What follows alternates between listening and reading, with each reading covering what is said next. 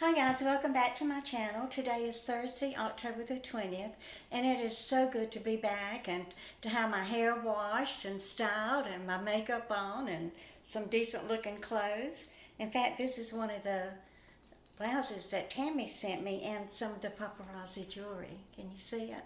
And I have on the earrings that match. I just love it. Thank you so much, Tammy. And tomorrow is Tammy's birthday. She's young, y'all. She's still in her 50s. So I want to go ahead and wish you a very happy birthday, Tammy. I just love you with all my heart and soul. And it is also my grandson's birthday. Issa will be 8 years old tomorrow. He's just growing up so fast. Oh, I just remember the day that he was born and how ecstatic I was to welcome him into the world. It was just a wonderful experience. And living close and being able to see him grow each and every day is just wonderful. I wouldn't change it for anything. So today I do have some prayer requests. Let me go ahead and give those to y'all, and if you have a chance, grab a pen and paper so you can write them down. Several members of our YouTube family, either they are sick or they have a family member who is seriously ill and they have requested prayer. So the first one is Lenny Penny. She requested prayer a couple of days ago for her husband, who was just recently diagnosed with lung cancer. They did go for his biopsy, and I haven't heard back from Lenny on the results, and I'm not even sure if you want to give us those results, and that's okay. The main thing that we're here for is to love you and support you and to offer you prayers and hope. And then the next one is Shirley Johnston. We have prayed for Shirley's husband many times before.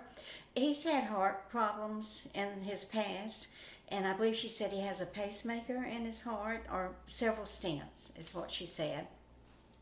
But he's been having some problems with it, so he had to go for an ultrasound, and they had called yesterday and asked her to call the doctor today. So she's very concerned and worried about him. So let's remember Shirley Johnston's husband. And my sweet subscriber, Deborah Cook, she's the one that has always sent me big manila envelopes full of recipes and coupons, and she has saved me a lot of money over the years at the grocery store with her coupons. Well, she fell in the bathroom. She said she didn't slip, she didn't hit her head or anything, but she couldn't get up. And her phone was in the living room on the charger, so she had to crawl and pull herself into the living room to get to the phone to call 911. And this was several weeks ago, and she's been in the hospital ever since. You need prayer. So let's remember Deborah Cook and our prayers. Annie Wallace, who is a member of our YouTube family, she did leave me a comment that she has been diagnosed with stage 3, or neck cancer, she called it. And she's undergoing radiation and chemo right now. So let's remember Janie Wallace in prayer, please. And we will definitely keep you loved and supported and lifted up to God. And we will be asking God to heal you. You actually, when you have a loved one who's unexpectedly diagnosed with a serious illness, it just throws your whole life off keel. Your life is going along fairly smoothly, and most everything you can manage and navigate, and just the everyday actions of living. And then all of a sudden, a loved one, your husband or your wife or a child or a grandchild or even a close friend or a sister or brother, when someone gets diagnosed with a serious illness, it puts our lives into turmoil. And we have to learn how to cope with it and manage our lives so that we can stay healthy for those that we love. We'll have our family member will have an ache or pain and put it off like most of us do, not wanting to go to the doctor and have to go through all those tests and everything. I know I'm putting off this pain in my belly, which I think is a pulled or torn abdominal muscle. It is better, so I do have hope.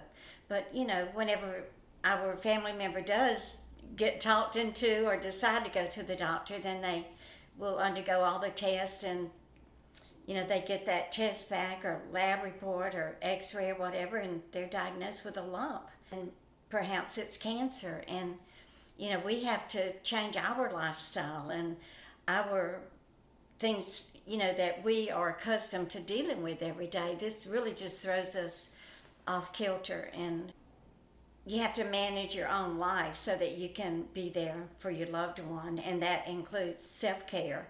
That just has to be at the top of your list. And self-care, that includes eating healthy, taking a walk every day, and trying to reduce stress in your life as much as possible. Most of the time, our family member will be admitted to the hospital, and we're at the hospital around the clock. Many of us will sleep in the same room with our loved one to be there with him or her.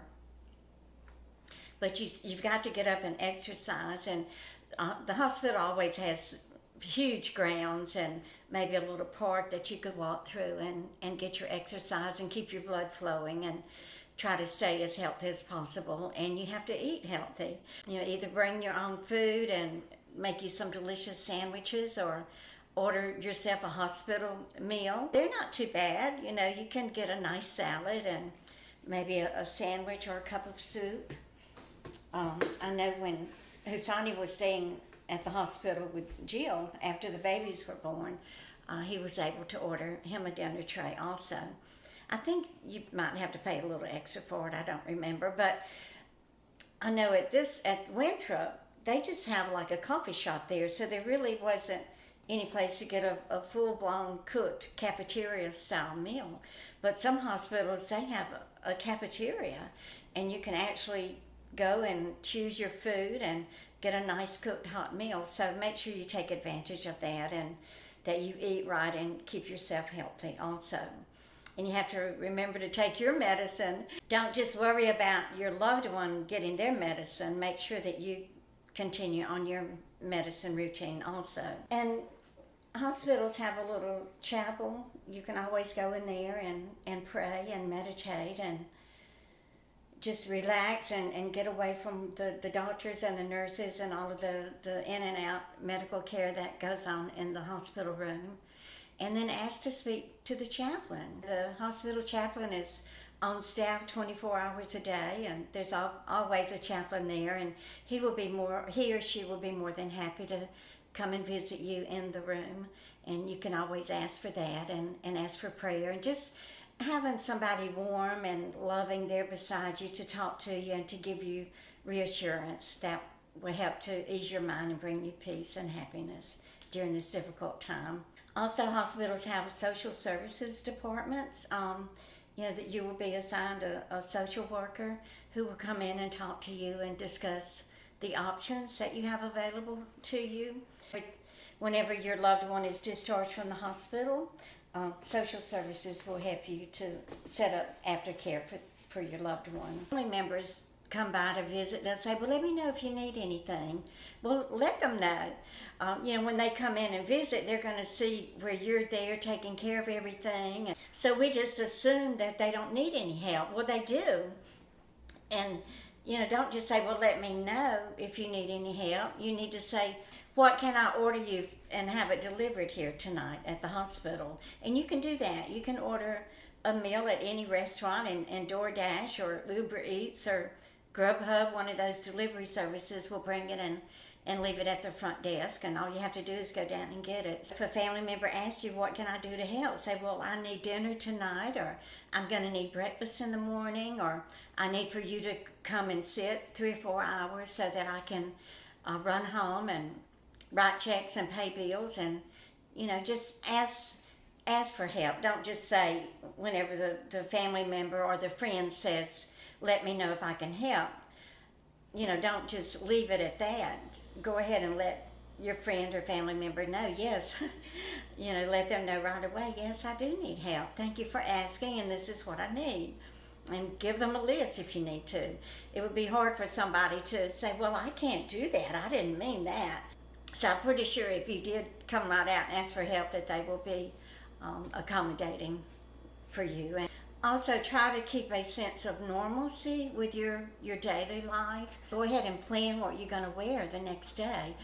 Get it laid out. Lay out your outfit and your shoes, and get your purse ready. Everything in your purse that you're going to be carrying with you to the hospital the next day. And if you're going to stay overnight in the hospital room, or maybe you're far away from town, you're in another city and you have to stay in a little hotel or some other type of accommodations, go ahead and pack your bag and make sure you have your toothbrush and toothpaste and your medicine and all the things that you're going to need to take care of yourself. If you're going back and forth, to the hospital back home, and maybe you still have children at home you have to care for, you're going to have to get the grandma and grandfather over there to help, and they will be more than happy to help you through this difficult time. But if your sick family member is able to be left alone, then by all means, leave him or her alone and go home and cook your dinner. But try to make plans ahead of time, if at all possible, for your dinner for that night, so that you're going to be exhausted and stressed and overwhelmed. So you've got to make plans ahead of time to keep your life in a normal routine as much as possible. And I am a firm believer in hope. Never ever give up hope. With modern medicine today, there's just so many things. I mean, millions of treatments and modalities and tests and physical therapy and all of these different things that medicine can do to help us get well. So don't ever give up hope. I mean, you just never know what kind of miracle cure is going to come along and help you or your loved one, to get well. And if you're a good friend or a family member of someone who is seriously ill, and let them know. Don't say, well, let me know if there's anything that you need. Be specific. Say, what can I do to make you feel better? What can I do to help? Do you need me to order dinner for you? Would you like for me to bring breakfast over in the morning before you leave to go to the hospital? Be specific. And to me, I would rather, I love flowers, don't get me wrong, I love receiving them, but I would rather get something practical, which would be a meal, or for you to come by and sit for a couple of hours so that I could run home and take a shower and freshen up and maybe lay down and sleep for a couple of hours, take a nap. So be specific. Don't just say, it's just common for most of us to say, let me know if you need anything. Well, of course they need something. So be available for them and willing to help. So thank you all so much. Please give me a thumbs up and share. And if you're new, I would love for you to subscribe to my channel. You will be loved and accepted here. And I do read and answer every comment. And y'all just keep on coming back. Bye, guys.